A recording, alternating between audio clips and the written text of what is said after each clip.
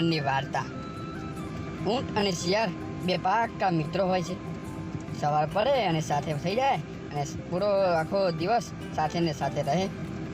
એ પછી જેવી સાંજ પડવા આવે એવા બંને એક તળાવના કિનારે આવીને બેસે અને પોતાના સુખ દુઃખની વાતો કરતા હોય છે। આમ દરરોજ આમ ચાલતું, સવાર પડે આવવાનું, સાંજે ઘરે જતું રહેવાનું। પછી શિયાળ જેવું સાંજે ઘરે જાય છે એને એક કાગડો દેખાય છે વૃક્ષ ઉપર બેઠેલો। કાગડો ખૂબ જ ખુશ હોય છે। આટલો બધો ખુશ કાગડાને જોઈ શિયાળભાઈ પૂછે છે, અરે કાગડા ભાઈ, શું થયું? તમે કેમ આટલા બધા ખુશ લાગો છો? અમને પણ કહો તો અમે પણ ખુશ થઈએ। કંઈક કીધા જેવું હોય તો અમને પણ કહો, આમ સાંભળી। અરે મિત્ર, ખુશીની વાત છે એટલે ખુશ થયો છું।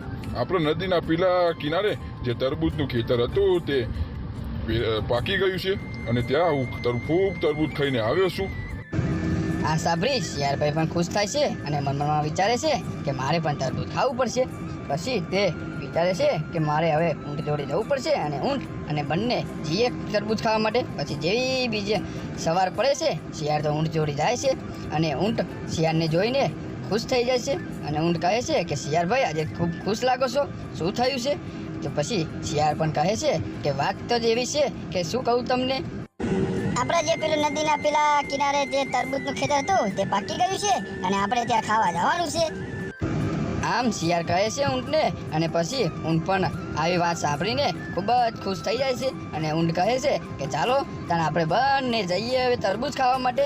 અને પછી ત્યાંથી શિયાળ અને ઊંટ તરબૂચ ખાવા માટે નીકળી જાય છે।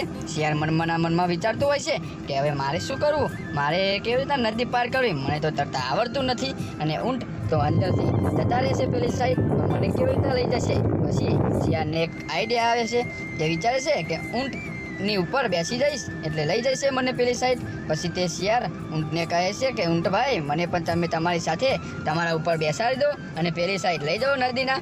ઊંટ કહે છે સારું તાન, તમે પણ બેસી જાઓ મારા ઉપર, હું તમને નદી પાર કરાવું। આમ ઊંટ શિયાળને પોતાના ઉપર બેસાડી દેશે અને પછી બંને નદી પાર કરતા હોય છે।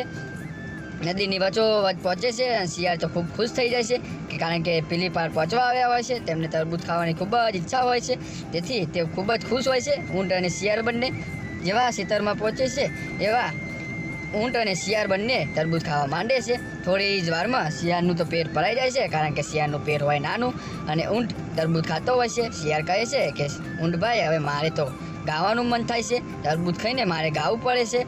અને પછી શિયાળ તો ગાવા માંડે છે। ઊંટ કહે છે ત્યારે તમે ગાશો નહીં, તમારો અવાજ સાંભળી ખેતરનો માલિક આવી જશે તો આપણને અહીંયાથી નવાડશે અને હજુ મારું પેટ ભરાયું નથી, તમે થોડી વાર પછી ગાઓ।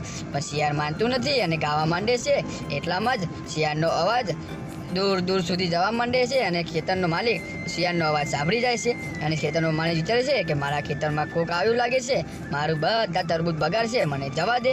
આમ કરી ખેતરનો માલિક પણ ત્યાં જાય છે જ્યાંથી અવાજ આવતો હોય છે ત્યાં, અને આને ખેતરના માલિકને જોઈને શિયાળ સંતાઈ જાય છે ચાર પાછળ અને ખેતરનો માલિક ત્યાંથી નીકળે છે અને ઊંટને સંતાવાની જગ્યા મળતી નથી, તેથી ખેતરનો માલિક ઊંટને બરાબરનો માર આપે છે, મેથી પાક આપે છે અને મારતો ખેતરની બહાર સુધી લઈ જાય છે। અને શિયાળ આ બધું પાછળ સંતાતા જોઈ રહ્યું હોય છે। પછી નદી કિનારે આવે છે અને શિયાળ કહે છે કે ઊંટ ભાઈ, શું થયું? ઊંટ કહે છે કે મને તો બહુ માર પડ્યો, તમે ગાયો એના લીધે મને ખૂબ જ માર પડ્યો છે। અને પછી આમ કરી શિયાળને ઉપર બેસાડી દેશે ઊંટ અને નદી વચ્ચોવચ્ચ લઈ જાય છે અને ઊંટ વિચારે છે કે આને મને માર ખવડાવ્યો, હવે આને ડૂબાડવો પડશે, આને તરતા આવડતું નથી। અને ઊંટ અંદર પાણીની અંદર ડૂબકીઓ મારવા માંડે છે। શિયાળ કહે છે અરે ઊંટ ભાઈ, આવું ના કરો, મારે તરતા નથી આવડતું। ઊંટ કહે છે કે મારી તો આદત છે નાવાની।